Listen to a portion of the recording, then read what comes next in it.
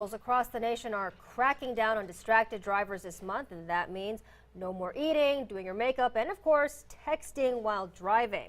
None of which we should be doing anyhow. But as Action News Now reporter Elizabeth Zelidon tells us, this warning comes with some personal reactions behind it. Elizabeth? Just 1 second. Have you ever caught yourself doing this at the stoplight, just texting away or just checking to see who called you?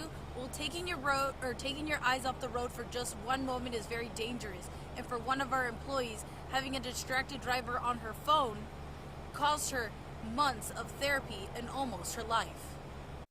And then I asked her why she was on her phone, and she didn't even say anything to me. She didn't have any words. Shawnee Weipert was on her way to a doctor's appointment with her mother and 10-month-old son in June of 2015 when a woman on her cell phone hit her vehicle head-on just off of 273 in Redding. I saw her brake lights come on, so I moved towards the yellow line, and out of nowhere she floored it and hit the front end of my car and then the back end of my car and pushed me completely across the road.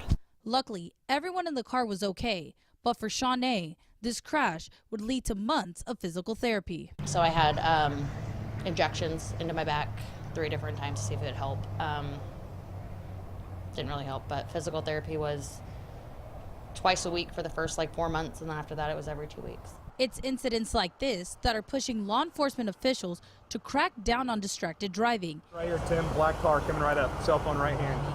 CHP officer Jason Morton says the big problem with distracted driving is that drivers lie about what they were doing. A lot of them that say, hey, infamous white car cut me off, which a lot of it probably comes right back to distracted driving if they actually told us the truth of what caused that crash. But drivers know what's going on, and the slightest tell can trigger someone who's been affected. Everything happened in slow motion, but when I see somebody slam on their brakes because they're looking at their phone, they look up and they realize they're about to rear end somebody and they slam on their brakes. It's kind of shocks me back into that moment. So for Shawnee, she has a message to anyone who is still texting and driving despite all the warnings. Put the phone down. It's not worth it. It's not worth it at all. Luckily, Shawnee is okay and doesn't need to go back to therapy. But if you'd like to learn more about Distracted Driving Awareness Month, head to our website, actionnewsnow.com, for more information on everything CHP and law enforcement will be doing this month. Live in Redding, Elizabeth Zelidon, Action News Now.